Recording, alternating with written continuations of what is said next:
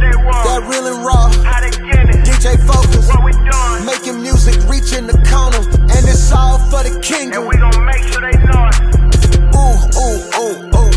We gon' take it there. I like red letters over trap beats to fix it in.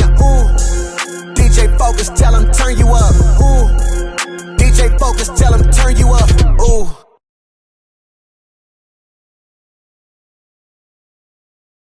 Yes, sir. You tap back into the Fixx, your number one source of faith-infused hip-hop, R&B, and poetry. You already know the vibes. It's time for our spiritual detox. We got an exclusive for y'all. We talk about faith and hip-hop all the time, and I'm super excited. Listen, legendary rapper, artist, producer. He done a little bit of everything. Entrepreneur, Young Dro in the building. What's going on, sir? What's going on, man? How you, man? Pretty good, man. How about yourself? Man, I'm good, man. Honored to finally meet you, man. Likewise.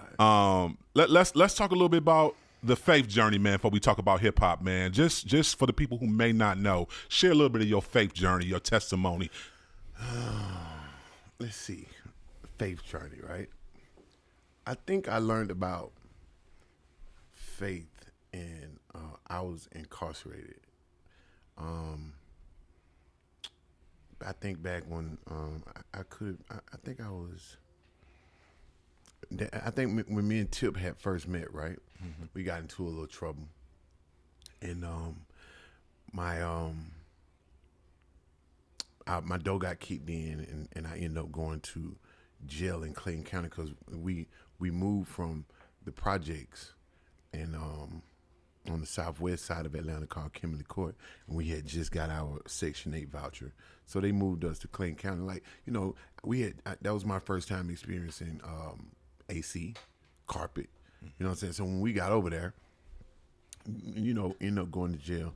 And when I went to jail, I started reading the Bible for some odd reason, you know what I mean? And I wanted to figure out what faith was, even what it was. And, you know, and I kept hearing the faith of a mustard seed, like a little bit of, you know what I mean? And I was like, mustard seed pretty small, you know? And I was wondering if I could conjure up the mustard seed to get any kind of results. So, man, I started reading the Bible and I just got locked in. And when I got locked in, lo and behold, they called me like while I was reading, like while I was into it. Mm-hmm. And it was an experience, man, that, you know, that led to a lot of those kind of moments. You feel what I'm saying? I had a lot of faith that I would get out of that position, or you know what I mean, I was waiting on God to see if he was gonna react to what I was trying to figure out, and he did. You know what I mean? And then it led to music. You know what I'm saying? I wanted to see if God would move if I was asking, you know, about music, or telling him that I wanted to be, you know what I'm saying, I wanted to be famous, or you know, would he answer that? Like, do you have faith that God would do this for you? You know what I mean? And I believed in God, but like, I didn't understand what it was, but eventually he showed me again. You know what I'm saying? And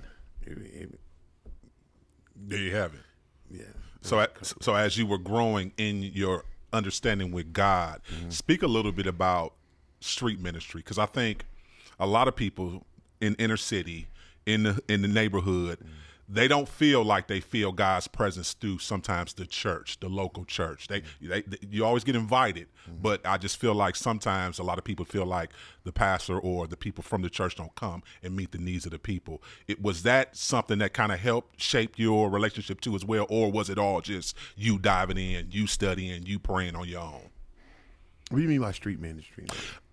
Coming into the community and seeing the needs of the people. I'll give you an example. I'm from the streets. I used to live a lifestyle that I'm not pleased with, but I did used to have some of the church elders, not the pastor, but the elder would come down on the block. Even though I might have been hustling on the block, he would encourage me, almost want to disciple me, almost want to say, hey, what do you need in the community? Are you guys lacking resources? Y'all lacking opportunities for getting a job outside of selling, you know what I'm saying, all this stuff. So like, that's what I mean when I'm saying just being a touch, the church being a touch, being street ministry in the community. I don't think I ever like really experienced the street ministry. Okay. I think what I know is my grandmama like instilled it into me, because I think at the age of 8, she brought me this tape, and I had to sing "Center of My Joy" for her as a solo thing. You know what I'm saying? So she was like, "Baby, I want you to sing this song." You know, I could sing a little bit, so she was like, "Baby, I want you to sing this song," and I'm looking at, I'm asking my grandma like, "What you want me to sing?" She was like, "Baby, you can do it. I'm saying for your grandmom." And then I remember her giving me like little gold caps and stuff to put in my mouth and stuff like that. So I was grounded. Like, I had to go to church every Sunday. Like, that wasn't a choice for me. So to say, where did I get it from? That's what it, because everybody was in the church. All of her sisters, my aunt Jeanette, my auntie T, my auntie and Jeanette Poole, she was an evangelist. You know what I mean? My grandma taught Sunday school. So I would get it from there, falling asleep listening to sermons that I heard in my 20s that I remember. You know what I'm saying? But I fell asleep as a 10-year-old, 8-year-old, 9-year-old, and I remember things that the preacher said that resonated with me in life through after that. So that's where I got most of my sermons and teachings from. But to add to what you were saying, like when we used to hear people speak like that in the hood, we thought they was crazy. Did you? Okay.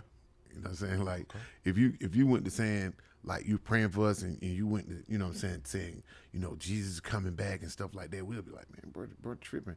They would be like that. I would know, but I would play along because I didn't want to be like, it was almost like it was a burden, not so much as a burden. It was like it wasn't cool to be that godly. It was shameful almost. You know what I'm saying? So when I seen it, I didn't want nobody to know I knew that he was telling the truth. Got you. You feel what I'm saying? So it's almost like I always knew, but I just wanted to fit in. You know what I mean? No, it makes sense. What was one of the toughest lifestyle changes for you as you started to get closer to God? I know for me, my vice was weed and gambling. Like, that was tough for me to let it go. I'm just being honest. Like, I struggled for years till I finally let it go. All right, so let's just jump all the way up into that. Drugs and women. I didn't think that it was a how do I want to put this? I didn't think it was nothing to do better than getting high and dealing with different women. You feel what I'm saying? Like weed. I was like, if I stop smoking weed, then like who am I hang with?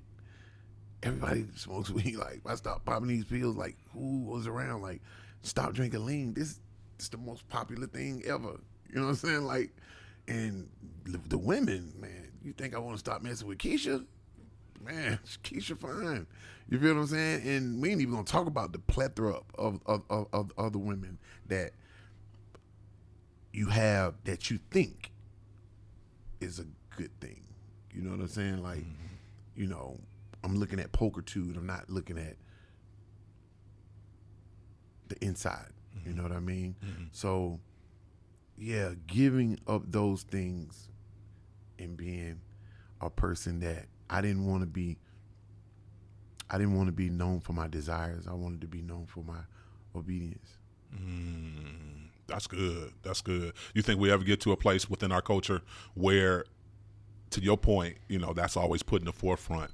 Go get as much money as you can get. The more money you can get, the more women you can get, and everything else. Do you think that will ever not be at the forefront of our culture, specifically when I say black culture? Like, I was the same. I felt a victim to the same things that you talking about. I wasn't an artist, but I was a hustler. I was a gambler. I was running the strip clubs, doing everything. You know what I'm saying? So, but it was always portrayed to us like that's who we need to be. Those are the cool kids, like you said. Do you ever think that black culture will get to the place where we don't look at the drug dealers and everything as the cool kids anymore?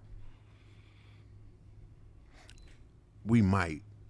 I ain't gonna never take out hope, but are we close? No. Not even close. Not even close. It's too it's too enticing. You know what I'm saying? And it's too many broken homes. You feel what I'm saying? Like if you think about people that did have a chance, had two parents in the household, they had morals. You feel what I'm saying? Most of us come from broken homes. Like a lot of children that we looking at now that's in the music game, no father's there, and the mom might have been present. You know what I'm saying? If she wouldn't get high. You know what I'm saying? Luckily, my mom didn't do drugs, but my daddy and all my aunties and uncles did drugs like crack, heroin. You know what I'm saying? Like, so my mama probably was the only same one, but she had it wasn't any substance there that really sustained her where she could teach me something, because everybody's junkies. You know what I'm saying? So me being what I became was an act of God. Act of God. Yeah. Talk about that God experience. I know you've said it multiple times on different shows, just the overdose. Just talk about that season and what God showed you and gave you revelation about. Well, man, I can't. I've always believed and acknowledged him, and but I did a lot of things my way. You know what I'm saying? And then We all did. when I had a chance to actually see him, when he revealed himself to me, I was like, yeah, I'm about ready. You know what I'm saying? He was like, so I overdosed, and this was I'm confused at this point. I'm like, hey, you know what? Nothing is going right. The drug habit is just getting super serious right now. It's pandemic. You know what I'm saying? Mm-hmm. I'm totally out of cash. You feel me? And drugs is the only thing I can lean on. And man, I ended up taking the wrong thing, and I was at this spot, man, the trap. You know what I'm saying? And man, they didn't even really much know what to do with me there. You know what I'm saying? So after that experience, I didn't understand what that was. Like, I'll straight up tell you, like, nah, man, I don't do fentanyl. Like, I don't know what that was. Like, and I didn't believe that happened to me. So after that, I couldn't believe it. I got with Tip and, tried to get, he was like, bro, you hang with me and woo-woo. So that was in my street life. Then when I got with Tip, now I'm at the studio. Now I'm around my professional people. Like, you feel me? And lo and behold, I called somebody back up to bring me something, and I OD'd in my professional life. Wow. You know what I'm saying? So now God is like, there's nowhere else to go. Mm. Then my mom called me, was like, yo, you seen your daughter? And I was like, nah. She's like, no, you need to go find Taylor. Like, she called me the other day on some spaced out. You feel me? And then I called her, and I was like, where are you? I'm on the way right now. Because, complications of with the baby mama, don't get a chance to see her like that, absent most of the time due to wanting to, drugs and want to live like, pretty much like how my father came out. You know what I'm saying? So I had to go find my daughter. And when I saw her, man, it was me all over again at that age. And 2 overdoses with my daughter in that position was enough for me. And I was like, God, I'm ready. And I asked for help, you know what I'm saying? And my manager, Dr. Sierra L., she was able to find the resources and have open arms and didn't judge me either. You know what I'm saying? Because I was really embarrassed about dying twice. You know what I'm saying? Like, I come out of the hospital room, everybody in the emergency room. I could not believe that had happened to me. You know what I'm saying? And, to get help from her and her not judge me, and, Grammy Cares, that was the thing. Like, I didn't even, Music Cares, I always say Grammy, but Music Cares, like, she found this resource, and man, they just made me feel like, it was like, God was like, okay. And I was like, this gonna be pretty much all right. But the hard part came when I got there. You know what I'm saying? When I got there, I couldn't believe it. I couldn't believe that I made that change. But it was a dope thing though to go give me some help. You said something about music cares. Can you just tell the people exactly what that is for those artists who may not even never heard of that? So one day, Too Young called me to speak at a college. I think it was Morehouse. So yeah, so we're speaking at Morehouse, and it was like, yeah, we want you to tell your story, and you know, music cares. And I'm listening to it, I'm like, this is where I got my help from. Like, you know what I'm saying? So it kind of like was like a moment for me. You know what I'm saying? I was like, I went through this. This is what saved my life. Like, you know what I'm saying? So Music Cares is something like for artists or anybody in the music business that had went through addiction, that has open arms, you know what I'm saying, for you. You know what I mean? The reason why I think it's such a good thing is because we get into the music business, and that's where most of us are introduced to a lot of designer drugs. You know what I'm saying? Like, I done did drugs before, but when I got into the music industry, it was like crazy. You know what I'm saying? It was like people use this to cope. Like, everywhere you go, this is what it is. It's hard to this day because I still see people that, you know, they use this. This is their blueprint. Oh, I take this, then I go in the studio. I take this, then I hit the stage. So to go through Music Cares and for them to reach back and actually take care of the person that grabbed an addiction through this is almost like, I was like, this is the best thing that ever happened to me. The best flight I ever took was flying to LA to go to the rehab, which involved Music Cares. That's good. Yeah. Have you had any challenging moments? Like, because again, I know you're in the industry, so at times you might be maybe coming out of a room or going into a studio where maybe something is there that you used to frequent in. Okay. Every night. Okay. And you still make a conscious decision to say, no, I'm not going back down that road. Yes. I think about what's after that. You feel what I'm saying? Like, I'm not gonna mess up my entire life for 2-3 minutes. You feel what I'm saying? It's just like, you know, when dealing with women, you know what I'm saying? Like, you could sleep with her for these little 5 or 10 minutes, but it'll take you 15 years to get out of what y'all about to go through, or a lifetime. You know what I mean? Because some things you can't get rid of. You know what I'm saying? So you have to be careful about what you're gonna do with these little 2 minutes. You know what I'm saying? So yeah, walking in the room. You know, my rider say energy drink, water. You feel me? My man next door, Don Julio, man, blunts, girls, champagne, and you know what? Sometimes I get jealous. Be like, you know what? Wait till your day come. You know what I'm saying? Like, and it's almost like I have to just build up the nerve. Like, it's a fight every day to be sober, you know what I'm saying? And I've been sober now for 4 years and 5 months. Praise God. Yeah. That's what's up. Yeah. So listen, we could keep talking about this, man. Thank you for sharing a lot. Let's talk about this faith-based music that you've been able to make, collaborate with. I've heard you with Dietrich Haddon, 1K Few, Zaytoven. When I go, you know, you and Tip got this new track out. Like, what was the first song that you made faith-based that really like just was so impactful that you just had to continue to make this faith-based music? Well, I can say this before we go there. Okay.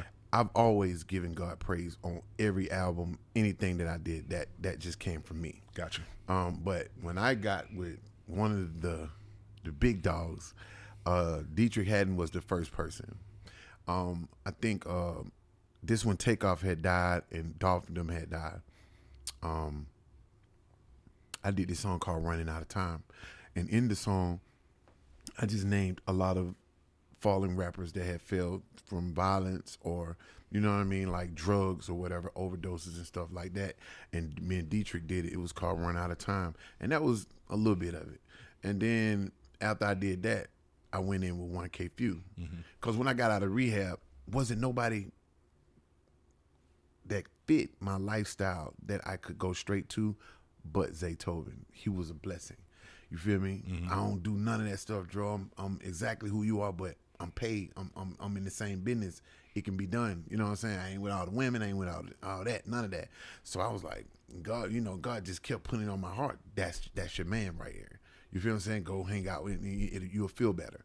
So hanging out with Zaytoven and stuff just started opening up. Like Dietrich had, and you know what I'm saying? Then next thing you know, we do 1K Few. Me and 1K Few do one.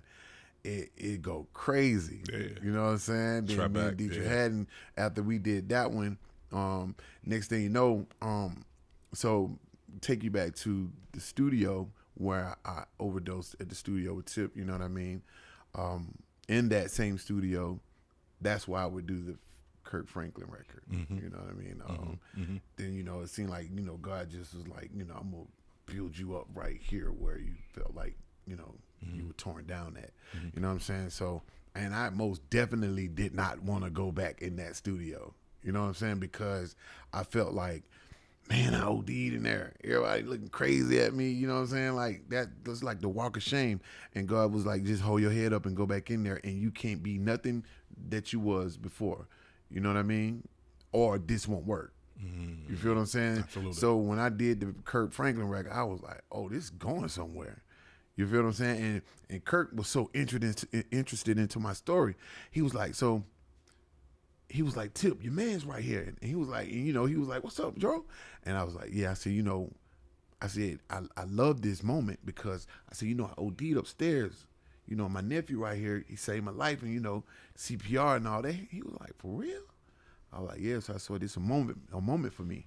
You know what I mean? So after that, man, it charted. You know what I'm saying? Then I went back in with Dietrich Haddon.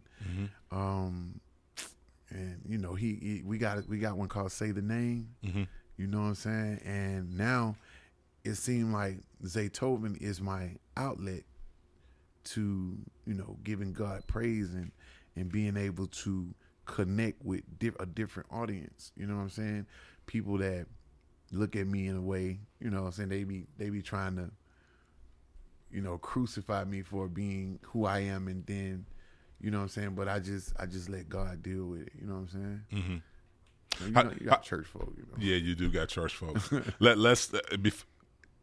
You said something key. How do we balance that? Because you're right. Church folks sometimes judge without building relationship and understanding your story, understanding where you at, walking with you, discipling you. Where's the balance between accountability and judgment, in your personal opinion, when you talk about these church folks who look at you sideways or say things sideways but don't know the real Dro? To my advantage, I am not who I was. I don't do the things that I used to do. So judging me wouldn't be, I don't have that guilt. I don't make this track and then go back and be in this place or gambling or sleeping with this woman or doing that. I don't do that no more. You feel me? And it really ain't your business, but that's just for me. You know what I'm saying? For my sanity. And I'm the type of person, like, you can't get mad at me for telling my story. You feel what I'm saying? This actually happened to me. I need to say this because somebody's listening that is in the same position. Matter of fact, it's 1 million people just like me. You know what I'm saying? Ain't no telling who I could show this transformation to that can actually save their life. You know what I'm saying? But it won't work if I'm doing the same thing. So if you got a problem with me telling you what I saw, telling you what made me a man, telling you still being connected to that, you feel me? Not so much as I'm verbally connected. I'm not physically connected anymore. I just have the data. You know what I mean? And most people don't understand they don't respect the fact that I do have the data still. You know what I mean? And I have the right to talk about it. That's good. Will we ever get a full Christian hip-hop faith-based project? Are you working on a full just Dro, just giving us all just gospel or faith-based music with you and Zay or whoever, you and Dietrich? For the non-believer, yeah. Okay. You know what I mean? Because it's people daring me to do it. Like, you know what I'm saying? Like, just because you sitting there, you know, like, I wish he would. I'm like, I'm gonna. You know what I'm saying? Like, so I think me, Zaytoven, and Dietrich is gonna work on that. Yeah. You know what I mean? Like, you know, because I tend to believe that God work on people just like me.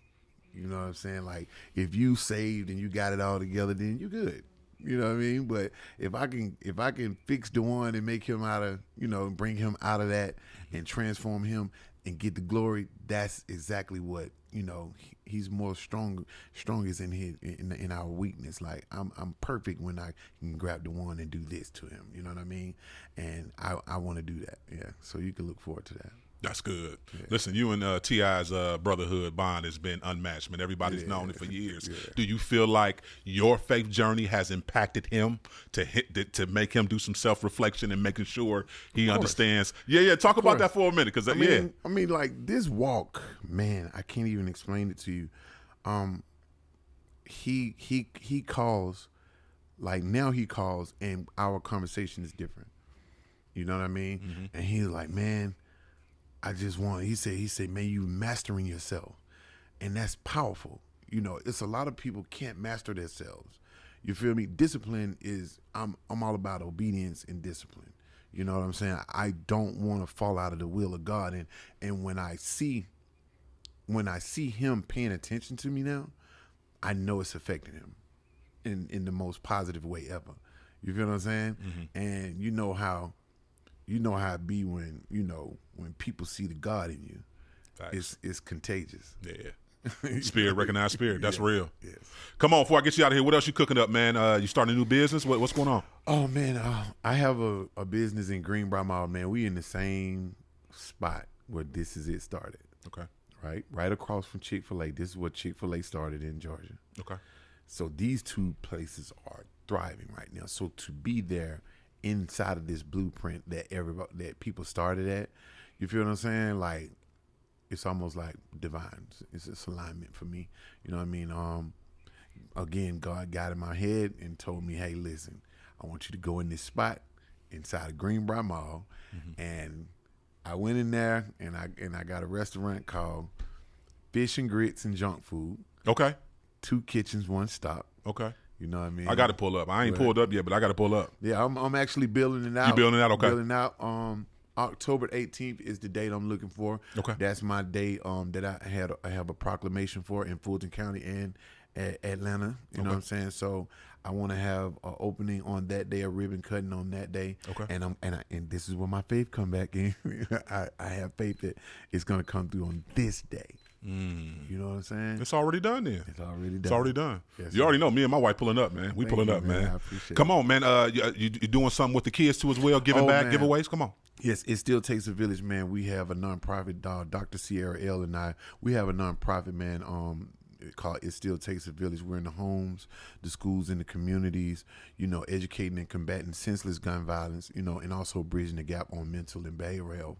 Also, we were currently in Clayton County schools. Okay. You know what I'm saying? We're totally involved with the kids there. I do the mentoring for the boys, and Dr. Sierra L do the mentoring for the girls.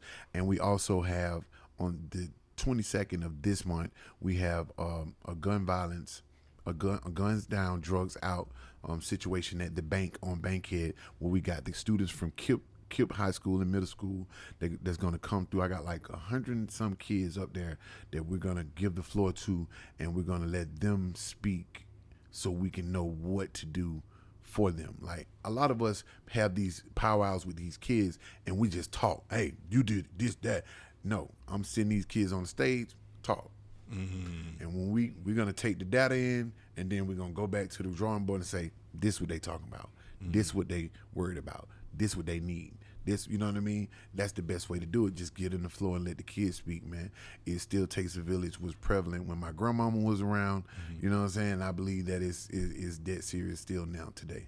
And you guys gonna walk with them throughout the whole school year, or Yeah, that's good. Of course, because you know we taking them fishing on the 28th of this month. Okay. You know what I mean? You go out, I put my boots on and get in the water. We go fishing, be muddy, smelling like crappie and all that. You know what I'm saying? Right. But you know I pour into them what I would like to see, you know what I'm saying, from them, you know what I mean? So if you don't pour nothing into them, then they're empty.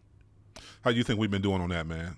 When I say doing on that, black men within our community, you think we've been doing a good enough job to make sure that we understand that we should be the ones to make sure we raise up the community, the kids, protect our women? What's your thoughts on that?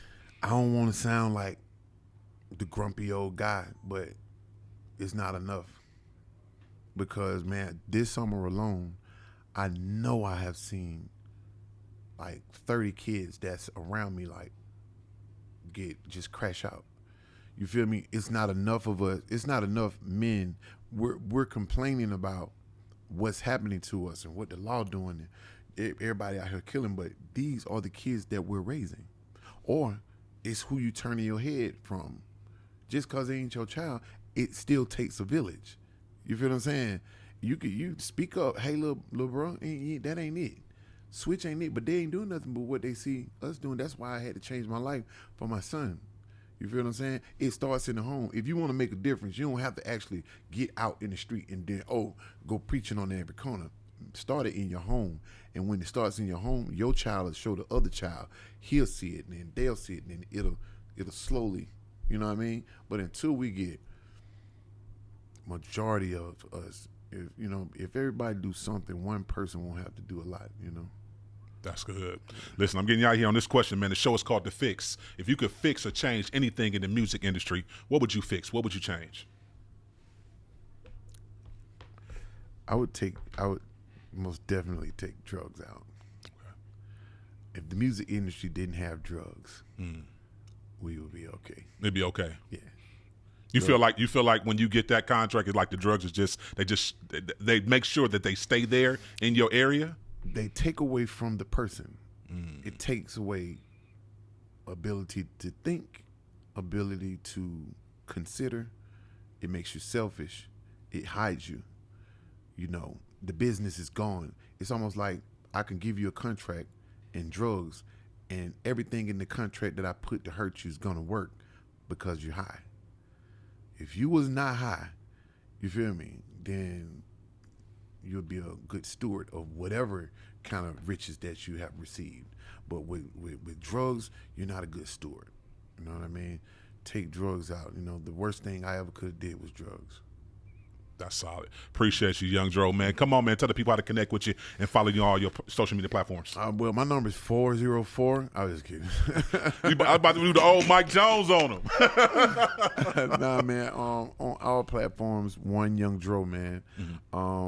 You can reach me on all those platforms, man. On TikTok, on Instagram, Facebook, like that, man. You know what I'm saying? Any of your organizations you want to shout out? Social media? Oh, yeah, man. It still takes a village.org. You know what I'm saying? You want to be... you want to come in, you want to do some community service with me, that's fine. Volunteers are needed. You know what I'm saying? You can hit that donation button because I can't do everything. I do a lot of things out of my own pocket, you know what I'm saying?